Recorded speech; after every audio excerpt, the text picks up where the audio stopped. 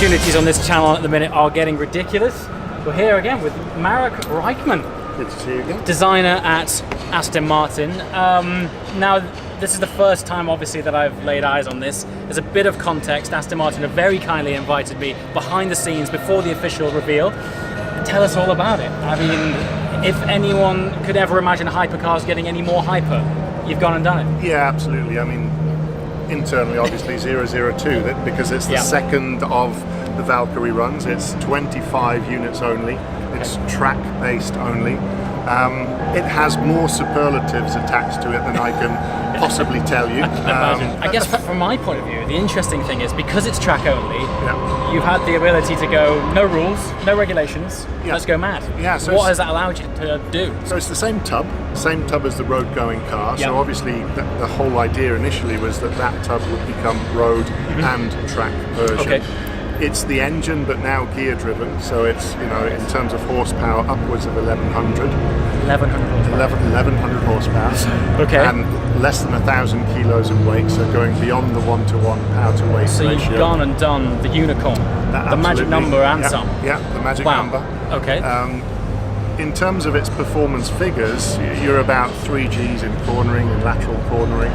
So the forces that you would have, and greater than 1,100 kilos of downforce as well. So it's so you're in formula territory. And this car, I mean, again, indicatively from all the analysis that we've done, all of the kind of feedback that we've had from obviously the aero work that mostly is done in CAD at this phase. Yes. This would put you in the top 10 in an F1 race, and it would put you close to pole position in an LMP1 race at Le Mans. So you've got yourself like a consumer LMP1 winning car. Effectively, yes. Mental. I don't know where to begin. You weren't joking with the no, absolutely. And it carries on going in terms of its construction. Obviously, it's Formula One technology from the tub construction. Yes. How the carbon is laid up. The information, data feedback, the telemetry that's in the car that obviously you're getting constant feedback on. But the genius about it is there isn't that much active aero on the car.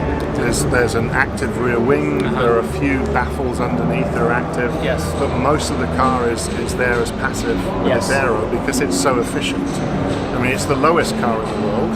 It looks it's below 40 inches, so a GT40 loses its mantle. And it has a very drivable seating position. So when you're actually seated in the car, it's a little bit like sitting in a bathtub.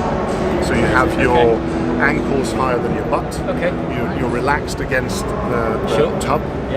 And we call it lobstering. So every point of your body is in contact with some surface. So you're actually not getting pressure points anywhere. So it's incredibly comfortable driving position. Great vision out, and obviously to get the best out of this, you're going to have to go through a training program to get you up to speed. So the 25 lucky individuals, who by the way I believe they're all sold out, you're going to have to be a hell of a driver or a hell of a collector. And one of the two. Some of them are drivers anyway. We can't talk about that, but they are hell of a collector, hell of a driver. But we've tried to make sure that out of that 25, this product goes to the people who will use it, who will take it to the track, going to get it out on the track, and hopefully all together. You know, imagine seeing 25 of these naturally aspirated again. So that's something else. So this is, I mean, we've heard it's now around 1,100 brake horsepower. This is from a naturally aspirated V12. Are we allowed to talk about how high that revs yet at all? We aren't. Okay. But it'll sound good. It will sound good, and in excess of 10,000 RPM. Naturally aspirated sound then.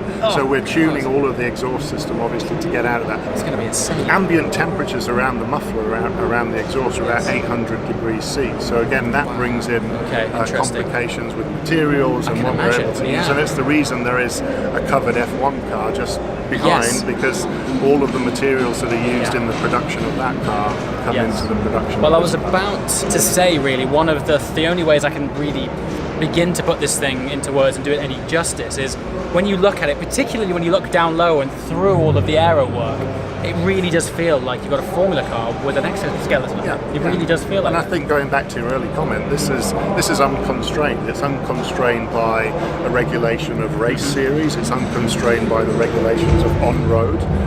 It's a huge Venturi underneath the car that gives you to this fantastic diffuser at the back. And when you look from the back, you see these billowing diffusers. It's just defining the airflow.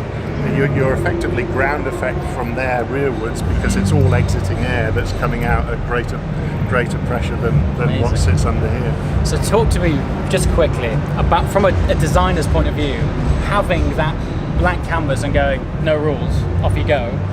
What is that opportunity like? It's unbelievable. Obviously, working with Adrian Newey and David King as a team, it's push. It's hard. We are challenging. We're challenging parameters on a daily basis. We're out the window with this. Yeah, it's completely gone. Everything counts. Every single gram counts in terms of its weight count and weight versus aero, etc., etc. But it's a designer's dream, because here's where you can see that aerodynamics can create beautiful surfaces as well, and working together with Adrian to develop the surface language. So it's not just about the beauty of airflow, it's also about the beauty of the language that the air is creating. And I've always said that in a way that Adrian's genius is forcing the air underneath the car to do what he needs it to do. Yes. And the upper surfaces have been about beauty and creating beautiful surfaces from the airflow that needs to be uninterrupted by the language. I mean, sculpturally, I've never seen anything like it. There's some angles, particularly elevated angles, looking down on top of it, some beautiful pearl drop effects and shapes around it that just look out of this world. So even in its concept stage now, what percentage would you roughly estimate it would be its final? I think this is about 85%. Oh wow, so a long way through. Yeah, long way through. Wow. Biggest potential changes will be around the rear diffuser and the twin rear diffuser, and whether we actually employ a little bit of a different system there. So it's basically changing once you put a bit more time into aero. Yeah, it's the physical testing of the aero now. Wow. Well, if it's 85% of that, I think you've 100% nailed it. Good. Thank you. I mean, can't wait to hear it. Yeah, can't wait to hear it. It's going to sound amazing. And it's all really, in a way as well, it's more about the volumes and the spaces versus the actual volume that's there. So when you see the cut throughs, it really is getting air off the product as quickly as you can, so that it's efficient through the air. And sound, having heard the first road-going engines on the dyno and Cosworth, and they're the road-going engines, and they're just doing a cycle at a constant revs per minute at the moment. They sound glorious, absolutely glorious. Well, in a world where unfortunately all of this is dying out, I think it's amazing that you guys have had the balls to go and do something so fantastic. So congratulations, well done. Thanks for your time, mate. Thank you. Cheers.